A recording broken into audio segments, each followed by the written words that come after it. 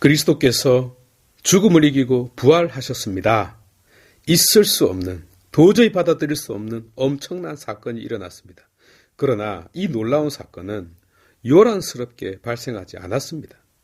당신이 이 세상에 오실 때 조용히 오셨듯이 이 엄청난 사건조차 너무나도 고요하게 발생하고 있습니다. 이 사건은 엠마오로 가던 제자들에게 일어났는데요. 그들과 함께 우리도 같이 걸어가 보았으면 좋겠습니다.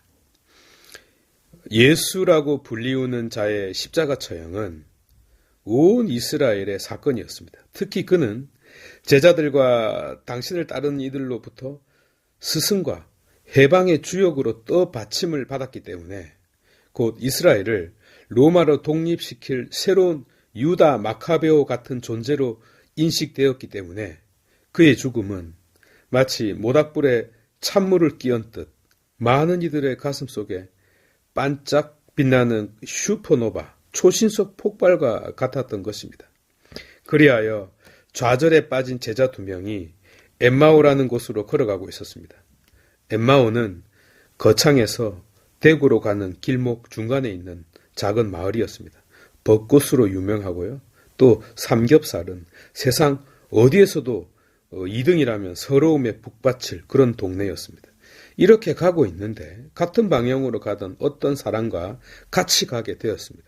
복음은 그들이 눈이 가리어라고 보도하고 있습니다. 말하자면 장님이라는 뜻이 아니라 앞을 보긴 하는데 넋이 나갔다고나 할까요? 무엇을 제대로 보지 못하고 있다는 뜻입니다. 예컨대 어떤 할머니가 저를 보고 아이고 우리 아들 언제 왔노? 언제 군대 제대했노? 라고 묻는 것과 같았습니다. 30년 전에 제대했거든요. 하여 같이 가면서 예수님께서 이것저것 물어봅니다. 거창이 뭐가 유명합니까? 요사이 가장 핫한 뉴스가 뭡니까? 라고요. 그러자 당신 거창 사람 맞아요? 요즘 세상에서 제일 겸손한 전신부가 거창 성당으로 온 것도 모르? 얼마나 씩씩한지 성당에 오는 사람에게는 안녕하세요 보고 싶었어요 라고 인사하고 집에 가는 사람에게는 안녕하세요 보고 싶을 거예요 라고 인사합니다. 특히 그가 갖고 있는 디올백은 명품 중에 명품인데 온 나라를 떠들썩하게 만들었어. 거창에 살면서 그것도 모른단 말이요 라고 상세하게 설명해 주었습니다. 이렇게 대화하면서 해가 뉘엿뉘엿 서산으로 넘어갈 때까지 말을 주고 받았습니다. 배가 고파서 삼겹살에 소주 한잔 하자고 제안을 했는데 그는 정중히 거절했습니다. 그분은 비계 97%, 살 3% 삼겹살이 아니면 먹지 않소라고요. 주목할 점은 복음이 중요한 동사를 몇 묶음으로 하여 사건을 전하고 있다는 것입니다. 보았다, 보지 못했다. 눈이 가리어졌다, 눈이 열렸다. 말을 하다, 말을 듣다. 알아보았다, 알아보지 못했다.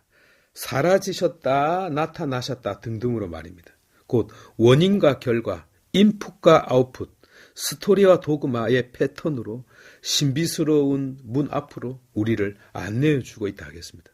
말하자면 마지막 감탄사는 저절로 나온 것이 아니라 해를 품은 달처럼 사건이 있었고 만남이 먼저 있었고 말씀이 선행되었으며 고난을 통과했고 믿음이 깔려있고 희망이 녹아 있었기 때문에 비로소 세상이 볼 수 없는 그 신비를 볼 수 있었고 감각으로 담아낼 수 있었던 것입니다. 예컨대 빵을 떼어 나누어 주었을 때 그분을 알아본 것이 아니라 그리스도께서 그 2사람에게 하루 종일 씹으렸기 때문에 알아볼 수 있는 바탕이 마련되었던 것입니다.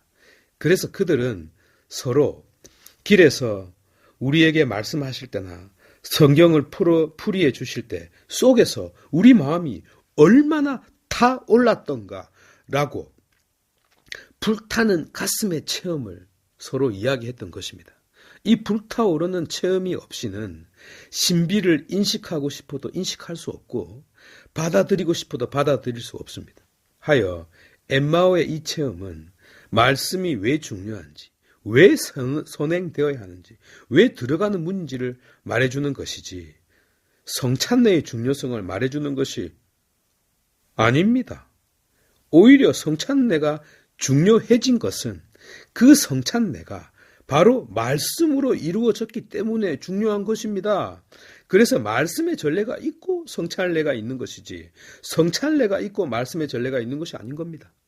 여러분, 하느님께서 이 세상에 오실 때 요란스럽게 오지 않으시고 부활 후에도 요란스럽게 광고하지 않으셨는지 이해가 되실까요?